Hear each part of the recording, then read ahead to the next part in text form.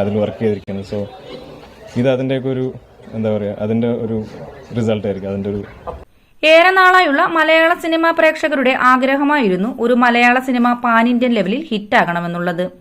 ഇപ്പോഴിതാ അതിലേക്കുള്ള ആദ്യ ചവിട്ടുപടിയാണ് ഉണ്ണി മുകുന്ദൻ നായകനായ മാർക്കോയ്ക്ക് നോർത്ത് ഇന്ത്യൻ സംസ്ഥാനങ്ങളിൽ നിന്നും ലഭിക്കുന്ന മികച്ച റെസ്പോൺസ്. ചിത്രം ഇതിനോടകം തന്നെ ഒരു മലയാള സിനിമയുടെ ഹിന്ദി വേർഷൻ ലഭിക്കുന്ന ഏറ്റവും വലിയ കളക്ഷൻ നേടിയിരിക്കുകയാണ്.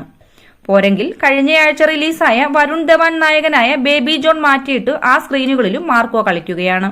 ചിത്രത്തിന്റെ തെലുങ്ക് ഡബ് വെർഷൻ ജനുവരി 1 റിലീസാകുകയാണ്. വളരെ കുറച്ച് സ്ക്രീനുകളിലായിരുന്നു തെലുങ്ക് വെർഷൻ റിലീസ് ചെയ്യാൻ പ്ലാൻ ചെയ്തിരുന്നത്. എന്നാൽ ഇപ്പോഴിതാ ദുൽഖർ സൽമാൻ ഇടപെട്ട് ചിത്രത്തിന് വൈഡ് റിലീസ് അറേഞ്ച് ചെയ്തിരിക്കുകയാണ്. മാർക്കോ നമ്മുടെ ഇൻഡസ്ട്രിയുടെ ലാൻഡ്മാർക്ക് മൂവിയാണ്.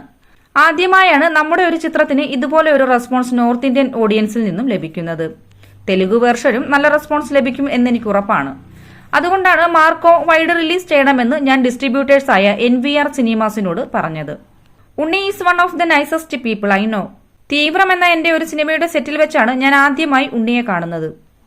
അന്ന് ആ സിനിമയിൽ ഒരു ഗസ്റ്റ് റോൾ ചെയ്യാൻ വിളിച്ചപ്പോൾ ഒരു മടിയും കൂടാതെ വന്ന് ചെയ്തു തന്നതാണ് ഉണ്ണി. പിന്നീട് വിക്രമാദിത്യനിൽ ഒരുമിച്ച് അഭിനയിക്കുമ്പോഴാണ് ഞാൻ ഉണ്ണിയുമായി കൂടുതൽ അടുക്കുന്നത്. ഉണ്ണി ഈ ഇൻഡസ്ട്രിയിൽ നിൽക്കാൻ വളരെയധികം സ്ട്രഗിൾ ചെയ്തിട്ടുണ്ട്. അതിന്റെയൊക്കെ ഒരു റിസൾട്ടായിരിക്കും മാർക്കോയ്ക്ക് ലഭിക്കുന്ന ഈ റെസ്പോൺസ്, ദുൽഖർ പറഞ്ഞു. മാർക്കോ മലയാളത്തിന്റെ ആദ്യ പാൻ ഇന്ത്യൻ ഹിറ്റാകുമോ? എന്താണ് നിങ്ങളുടെ അഭിപ്രായം? നിങ്ങളുടെ അഭിപ്രായം കമന്റിൽ രേഖപ്പെടുത്തുക. ഏറ്റവും പുതിയ സിനിമാ വാർത്തകൾ ആദ്യമേ അറിയാൻ ഈ ചാനൽ സബ്സ്ക്രൈബ് ചെയ്യുക. നന്ദി, നമസ്കാരം.